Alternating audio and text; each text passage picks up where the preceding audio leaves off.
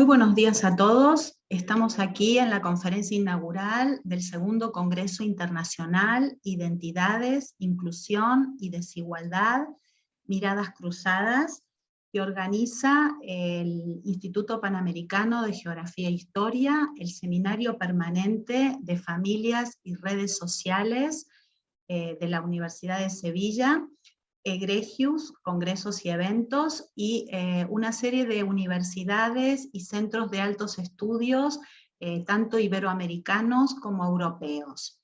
Queremos darle la bienvenida especialmente a nuestra conferencista, nuestra conferencia inaugural de hoy, a la doctora Viviana Kluger, que es abogada, con un posgrado en Derecho de Familia y doctora en Derecho por la Universidad de Buenos Aires.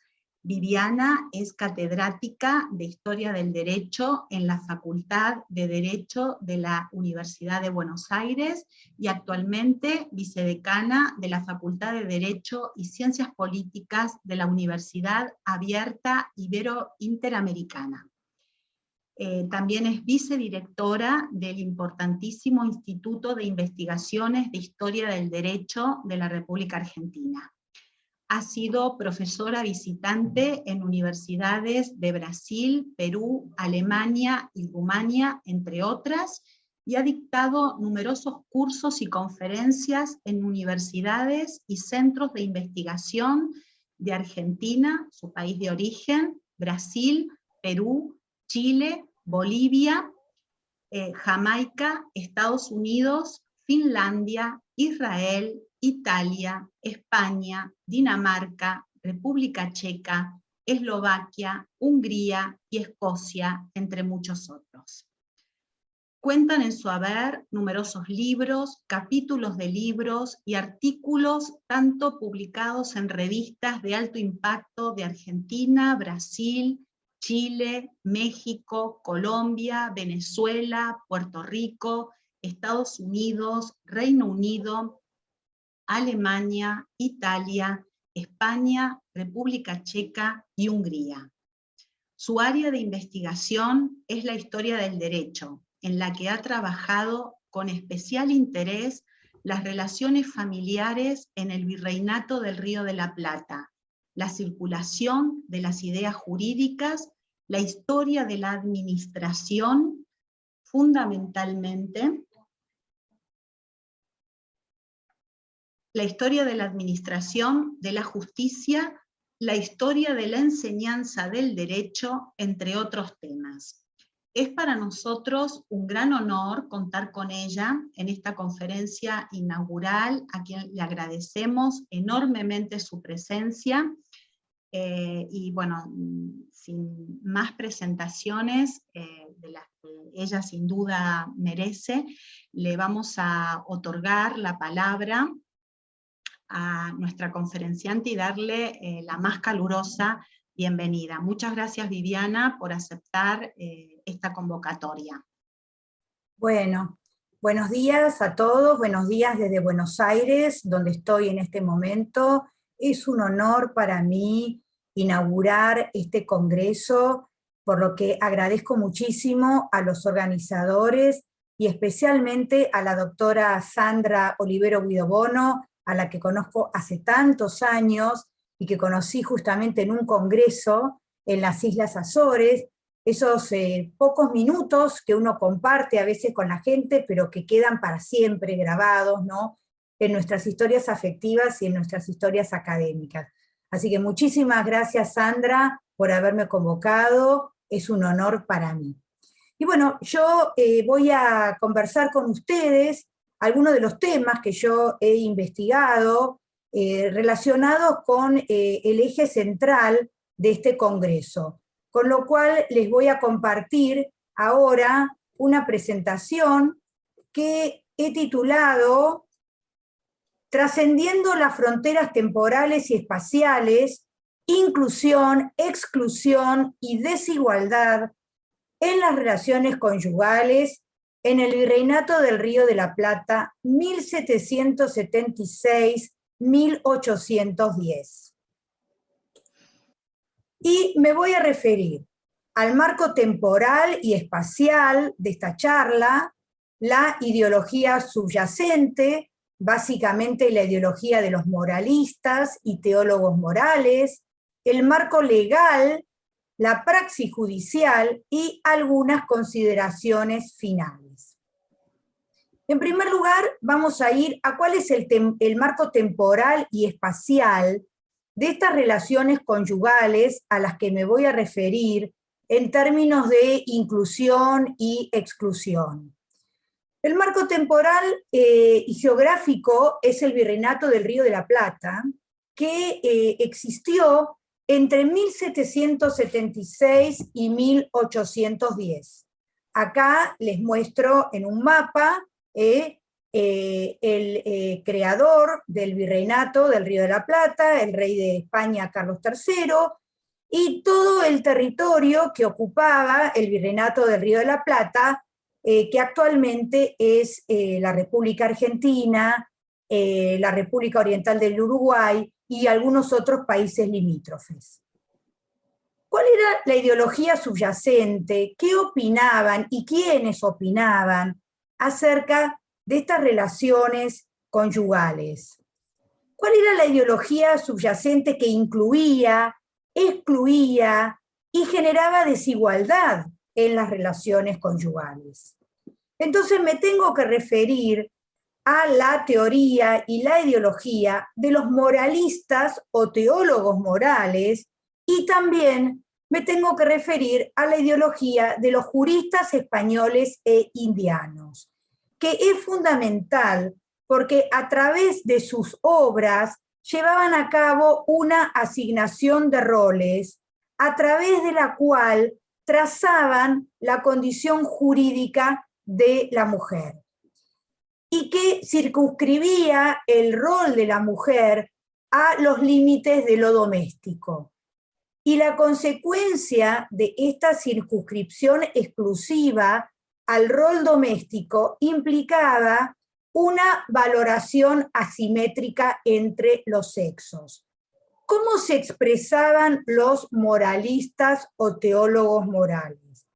Se expresaban a través de una serie de obras dirigidas a las mujeres, dirigidas a los hombres, y fundamentalmente a través de una serie de obras que se llamaban epístolas familiares, por ejemplo, jardines de nobles doncellas, instrucciones, coloquios matrimoniales, guías de virtud, discursos morales. Así se llamaba este tipo de obras, que estaba dirigida en realidad a los hombres y a las mujeres, pero muy especialmente a las mujeres en todos sus estados civiles. Estas obras prescribían modelos de comportamiento que estaban dirigidas a las solteras, las casadas y las viudas. Y además de prescribir modelos de comportamiento, informaban sobre las desviaciones que se producían en la práctica, a esos modelos que pretendían establecer a través de estas obras que yo acabo de mencionar. Acá tenemos, por ejemplo, la portada de una obra de Antonio Arbiol, uno de los moralistas a los que me acabo de referir, que se llamaba La familia regulada, en la que Antonio Arbiol, obviamente un religioso, prescribía modelos de comportamiento para los integrantes de la familia. Se trata de obras del siglo XVI y XVII. Acá tenemos otra portada de estas obras, Epístolas familiares se llamaba, de don Antonio de Guevara. Esta es una publicación de 1673. Acá tenemos una ilustración de Antonio de Guevara en la que decía que el oficio del marido era ser señor de todo, y el oficio de la mujer, dar cuenta de todo. Así que fíjense ustedes qué modelos de conducta estaban prescribiendo estos moralistas. El hombre tiene que ser señor de todo, y la mujer tiene que dar explicaciones de todo. Otro moralista del siglo XVI era Fray Luis de Granada, que decía en sus obras que la mujer casada mire por el gobierno de su casa, por la provisión de los suyos, por el contentamiento de su marido. Es decir, la mujer tiene que ocuparse nada más que de su casa, de que los integrantes de su familia estén bien alimentados, no le falte nada, y que el marido esté contento. Estos teólogos morales, además de los que yo mencioné, que eran Antonio de Arbiol, también eran Hernando de Talavera, Tomás Sánchez y Ciriaco Morelli, entre otros. Y entre los juristas que también sostenían esta asignación de roles, encontramos a Juan López de Palacios Rubios y Francisco Antonio de Elizondo. Todos estos teólogos morales y estos juristas en sus obras, ya sea estas obras teológicas y estas obras jurídicas, establecían el deber de obediencia femenino. Entonces, por ejemplo, en esta obra de Fray Luis de León, La perfecta casada, se describía cuál era el modelo de esposa perfecta y cuáles eran las virtudes que tenía que tener una esposa para ser considerada perfecta. Debía ser sumisa, callada, honrada, fiel, obediente, modesta, recatada y sacrificada. Debía tener gravedad para salir, cordura para gobernar la casa, paciencia para sufrir al marido, amor para criar los hijos, afabilidad para con los vecinos, diligencia para guardar la hacienda, amiga de buena compañía y muy enemiga de liviandades de moza. Fíjense todo lo que se le exigía a la mujer, considerada inclusive por los filósofos griegos un ser inferior, pero un ser inferior que tenía que reunir todos estos requisitos, tenía que velar por su familia, tenía que ser una especie de ministro de economía de la casa, y se le ponía toda esta presión para poder considerarse que era una perfecta casada, una perfecta madre, una perfecta esposa. Esto llevaba, esta ideología subyacente, llevaba lógicamente a que las mujeres fueran consideradas seres naturalmente inferiores a los hombres, circunscriptas a un rol subordinado y dependiente, sometidas al poder del marido, tratadas desde el punto de vista jurídico como menores de edad, que tuvieran poderes que en principio fueran limitados y condicionados al derecho de corrección marital. Es decir, todo lo que podían hacer estaba limitado a el deber de corrección del marido y su deber de sumisión. Mientras que los hombres tenían una posición privilegiada desde la cual tenían autoridad para controlar a la esposa y a los hijos. Voy a pasar ahora al marco legal, que es el correlato de esta ideología subyacente que acabo de mencionar. Es decir, cuáles eran las normas jurídicas que regulaban las relaciones entre marido y mujer y las relaciones en la familia. Y acá me tengo que referir, en lo que se refiere a Hispanoamérica, al derecho castellano, que fue el derecho que existió hasta que los países de Iberoamérica empezaron a codificar su derecho a partir del siglo XIX. En este sentido, me tengo que referir al Código de las 7 Partidas, atribuido a Alfonso el Sabio, un ordenamiento jurídico del siglo XIII, al ordenamiento de Alcalá de Henares, otro cuerpo legal del Reino de Castilla, de 1348, las leyes de Toro, de 1505, la nueva recopilación de 1567 y la novísima recopilación de las leyes de España de 1805. Estas disposiciones son las que regían las relaciones conyugales en el Virreinato del Río de la Plata, y fue el marco legal, como les acabo de decir, hasta, en el caso de Argentina, hasta 1871, cuando comienza a regir el Código Civil de Dalmacio Vélez Sarsfield. Por lo tanto, las mujeres tenían un espacio muy limitado de intervención, restringido exclusivamente a la familia, al matrimonio y al régimen de propiedad de sus bienes, es decir, de sus bienes propios, no de los bienes gananciales que compartía con el marido. A pesar de esta exclusión, la legislación le permitía a las mujeres manejar negocios, defender en los tribunales civiles las propiedades familiares, acudir a las autoridades eclesiásticas para que alentaran a los novios renuentes a casarse, es decir, en todos aquellos casos en los que se había celebrado el contrato de esponsales, las mujeres podían acudir a las autoridades eclesiásticas cuando los novios no querían cumplir con esa promesa matrimonial.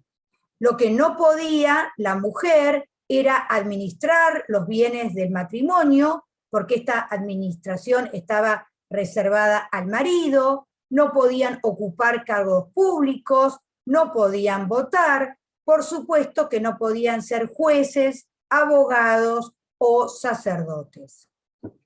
Y ahora vamos a ver qué es lo que pasaba en la praxis judicial. Es decir, hemos visto lo que prescribía la teología moral, lo que prescribían los juristas, lo que establecía la ley, pero ahora vamos a ver a través de los pleitos, es decir, a través de los litigios entre marido y mujer, qué era lo que sucedía realmente más allá de este marco ideológico y legal que acabo de mencionar. Entonces, en este sentido, el expediente judicial es una fuente importantísima, es un filón fundamental para conocer el trato que se les daba a las mujeres, para conocer la consideración que tenían las mujeres por parte de los jueces, para conocer la escala de valores de la sociedad de la época, entre otros muchísimos elementos que nos proporcionan los expedientes judiciales y de los que los investigadores, no solamente los investigadores de la historia del derecho, sino los que han trabajado la historia social y la sociología, han hecho un muy buen aprovechamiento desde sus distintas perspectivas. Entonces, vamos a ver por qué pleiteaban las mujeres, cuáles eran los pleitos que entablaban las mujeres contra los maridos. En primer lugar, pleiteaban por malos tratamientos. ¿Para qué? ¿Cuál era el objeto de los juicios por malos tratamientos? En primer lugar, poner fin a los castigos propinados por esposos violentos. Es decir, se dirigían a la justicia para decir que los maridos dejen de maltratarlas, dejen de pegarles. Y en estos expedientes solicitaban penas a los maridos apaleadores. Cuando lo conseguían, las penas consistían en arrestos o en embargos. En estos juicios por malos tratamientos también vemos que las mujeres cuestionan el deber de obediencia. Y muchas veces, bajo en la fachada de un juicio por malos tratamientos, lo que vemos es que las mujeres están persiguiendo el cumplimiento de otros deberes conyugales, como que los maridos proporcionen alimentos, o están discutiendo cuestiones patrimoniales del régimen económico del matrimonio, o están pidiendo la tenencia de algún hijo. Es decir, que si bien el juicio es por malos tratamientos, en el juicio se ventilan otras cuestiones. Porque lo que sucede es que generalmente el marido que maltrata es el marido que también está incumpliendo otros deberes conyugales como el de alimentar y el de cuidar de sus hijos. Y en estos expedientes por malos tratamientos, ¿qué contestaban, por ejemplo, los maridos? Los maridos decían que él mandaba y gobernaba en su casa y no la mujer. Entonces, las mujeres contestaban que tanto mandaba uno como otro en la casa. Algunas mujeres, las que cuestionaban el deber de obediencia. Y algunas mujeres hasta llegaban a decir que siendo su mujer, he sido su esclava, y las esclavas, las señoras de la casa. ¿Y cómo se justificaban los maridos ante estas afirmaciones de las mujeres? Decían que las mujeres eran díscolas, que las mujeres no aceptaban la autoridad de los maridos y que lo que buscaban permanentemente era tener una mayor independencia, lo que para ellos era inconcebible. Sigamos con los pleitos que entablaban las mujeres contra los maridos. Otro pleito muy común es el depósito, que apuntaba ¿a qué? A que el juez ordenara que cesara la convivencia con ese marido que la maltratara y que las depositara en la casa de algún familiar, de algún amigo, o inclusive en algún sitio en el que se depositaba a las mujeres, como los hospicios o los hospitales. Esto para sentirse protegidas contra la amenaza del marido, porque además el marido también tenía el derecho de pedirle al juez que depositara a estas mujeres que eran díscolas. Entonces a veces las mujeres se dirigían ante los jueces para pedir que cesara ese depósito o para pedir que se las cambiara de lugar. Es decir, pedían, por ejemplo, que se las sacara de algún hospicio y se las trasladara a, por ejemplo, la casa de un familiar que diera suficientes garantías de que en ese lugar estaría lo suficientemente protegida y cuidada. Otro de los pleitos que entablaban las mujeres era por alimentos. ¿Cuál era el objeto? Que el marido proveyera de una cuota suficiente para la adquisición de comida, zapatos, perdón, honorarios médicos y remedios.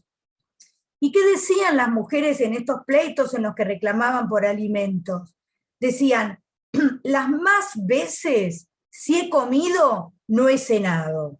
O también decían, el vientre no se alimenta del aire, por eso necesito que el juez ordene que mi marido me pase una cuota de alimentos. Otro de los pleitos que entablaban las mujeres era el deber de convivencia. Sabemos que marido y mujer no podían dejar de convivir por su propia voluntad y que era necesario que la autoridad eclesiástica autorizara el cese de la convivencia por determinados motivos, la mayoría debido a los malos tratos. Entonces las mujeres utilizaban el pleito para el cumplimiento del deber de obediencia para obligar a que maridos que se habían separado de hecho volvieran a convivir con ellas. Es decir, que reclamaban la vuelta al hogar conyugal de los maridos ausentes.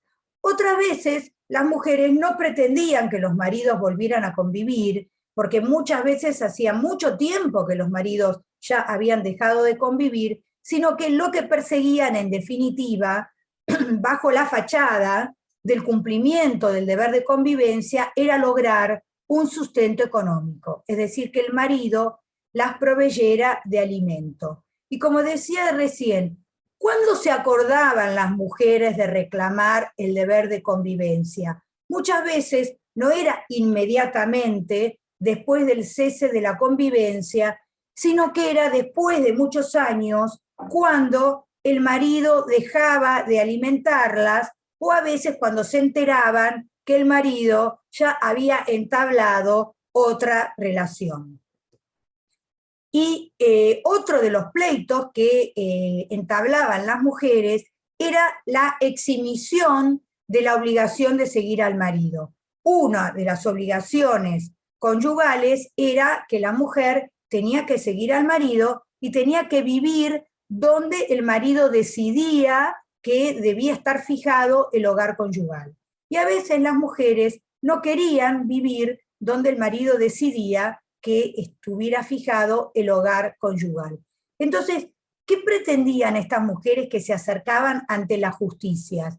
Pretendían que el juez dictara una sentencia que las liberara de la obligación de seguir al marido. Y entonces ahí exhibían convenios previos que habían firmado con los maridos, por los cuales el marido aceptaba que la mujer viviera en otro lugar, o inclusive ofrecían la licencia que había otorgado el marido, en las que solamente se autorizaba esa licencia si el juez estaba convencido de que el sustento de la mujer estuviera asegurado.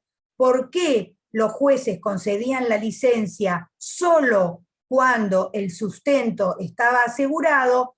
Porque en caso contrario, la corona era la obligada a ocuparse de esas mujeres abandonadas que no tenían sustento. Entonces, la justicia decían, bueno, está bien, autorizamos esta licencia, pero siempre que el marido dé garantías de que va a sostener a la mujer. Y en ese caso, se los liberaba de la obligación de convivir en el mismo lugar.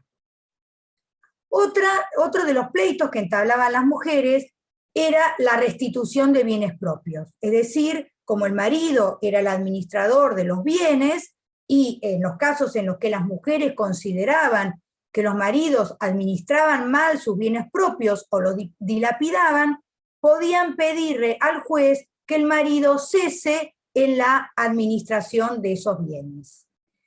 Las mujeres también pleiteaban por una serie de juicios que se denominaban divorcio, pero que en realidad no eran divorcios porque sabemos que no existía el divorcio vincular y que solamente existía una separación de cuerpos que la ordenaba la autoridad eclesiástica. Pero estos pleitos que se denominaban divorcio eran en realidad el pleito civil que era el correlato del divorcio religioso. Es decir, ante los tribunales eclesiásticos se solicitaba la exhibición de la obligación de convivir, un divorcio simplemente de techo, y se acudía ante las autoridades civiles para decidir cuestiones patrimoniales, para la fijación de una cuota alimentaria y litis expensas, es decir, dinero para litigar, prohibir la salida del país del marido para que cumpliera su obligación de convivencia, remitir al marido a volver a vivir con ella si el marido se había ausentado, por ejemplo, si el marido viajara a España, se denunciaba esta ausencia y se obtenía una sentencia que obligara al marido a volver al virreinato, etc. Es decir, que lo que encontramos como caratulado como divorcio, en realidad englobaba toda esta serie de reclamos.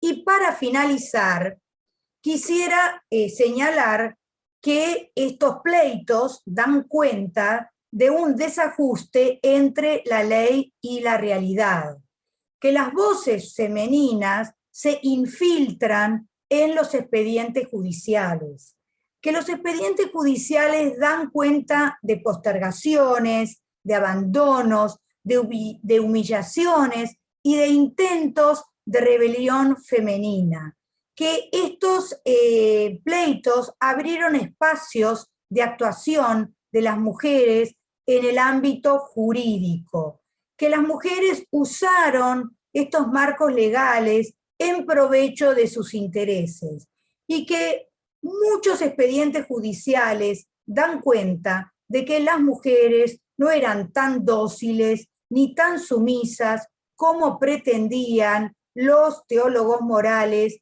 y los juristas.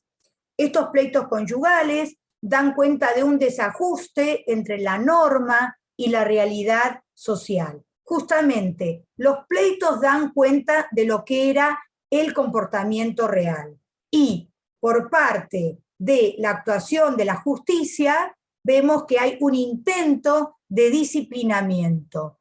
Pero obviamente todo este margen de actuación que tenían las mujeres a través de los pleitos judiciales es relativo porque tiene un límite. El límite está dado porque no todas tenían acceso a la justicia y por los prejuicios sociales. Es decir, es muy difícil encontrar en estos pleitos mujeres que pleitean y que pertenecen a las capas altas de la sociedad virreinal. Generalmente se trata de mujeres de artesanos, mujeres de comerciantes y alguna mujer de algún funcionario, pero generalmente se cumplía con la máxima de que los trapitos sucios se lavan en casa. ¿Cuáles eran los valores sostenidos por los jueces que intervenían en este tipo de pleitos?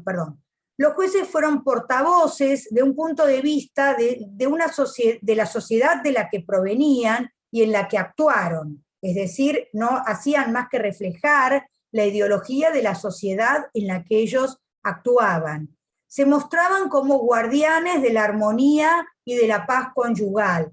Se mostraban como defensores de la continuidad de la vida patrimonial. Es decir, había que continuar con el matrimonio a toda costa, y se mostraban defensoras de la superioridad del marido. Para estas justicias, la familia era el marco ideal para el desarrollo personal y la educación de los hijos.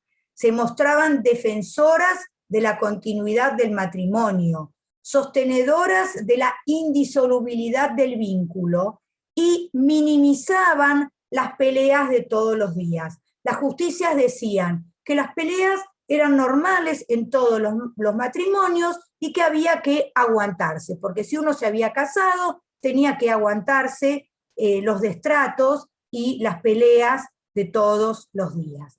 Por lo tanto, el matrimonio se convertía en una imposición perpetua, la mujer estaba obligada a aceptar todo o casi todo, el marido tenía que convencerla para que aceptara, por las buenas o por las malas, y lo más importante era que la conducta de la mujer fuera inobjetable, que no se dijera nada y que la conducta de la mujer no tuviera nada que ser reprochado. El pleito es percibido como una molestia hacia el tribunal. El tribunal les decía a los actores y demandados que se abstuvieran de molestarlo con esos pleitos. La misión del tribunal era poner orden y evitar escándalo. Y advertían a marido y mujer acerca de que iban a estar atentos a cómo se comportaran y que sus conductas iban a estar en la mira de las justicias. Así que bueno, con esto les doy las gracias a ustedes y espero que esta presentación les haya sido muy útil. Pues muchísimas gracias, Viviana. Muchísimas gracias por tu presentación, por la brillante exposición a la que siempre nos tienes acostumbrado. Yo que te conozco, como bien recordabas, desde hace ya muchos años, pero bueno, ha sido excelente tu presentación. Recordaba tu extensa bibliografía que comparto a menudo con mis alumnos, y especialmente recordaba un libro que para mí es clave en los estudios de vida cotidiana en el mundo colonial, desde el punto de vista que también analizas en esos estudios a bisagra entre la historia y la historia del derecho, la historia social, la historia de vida cotidiana y la historia del derecho, que es Escenas de la vida conyugal, los conflictos matrimoniales en la sociedad virreinal rioplatense. Así que te agradezco muchísimo por la claridad con la que has expuesto estas ideas, por tu buena predisposición, por las conclusiones tan claras, tan precisas que nos has dejado en esta exposición, que nos abre grandes líneas de pensamiento a lo que va a ser el devenir de este congreso, que se congrega en torno precisamente a estos conceptos, ¿no? La idea de la segregación, de la exclusión, en torno a determinados colectivos, a determinados actores sociales, en el mundo iberoamericano y en otras latitudes, en una franja temporal muy amplia, pero que tú también has reflejado en esa lucha constante de géneros que en el mundo colonial queda tan claramente expresada en este tipo de documentación como son los pleitos, que has trabajado de una manera magnífica a lo largo de tu carrera académica y que te lo agradecemos. Así que seguro, estoy convencida de que esta conferencia inaugural va a dar pie a un debate importantísimo por parte de las personas que están escuchando, y también sin duda a un debate que va a surgir a partir del Congreso, de las diferentes mesas que van a ir trabajando esta problemática que tenemos que visualizar, que es el tema de las identidades, de la exclusión, de la segregación, de las desigualdades entre diferentes actores sociales, y como en el caso que tú has presentado, entre los géneros, ¿no? Me parece un tema sumamente importante y reiterativo a lo largo de la historia. Así que, Viviana, agradecerte muchísimo tu presencia, agradecerte muchísimo tus palabras, tu exposición, la claridad, vuelvo a repetirte, de tus ideas, y que hayas compartido tu tiempo, tu investigación, tus años de experiencia con nosotros. Bueno, muchas gracias, mucha suerte con el Congreso, y lo voy a seguir con muchísimo interés desde acá, desde Argentina. Chao. Hasta luego, muchas gracias. Bueno, y a todos ustedes que compartan las exposiciones, las comunicaciones que van a surgir a partir de este momento.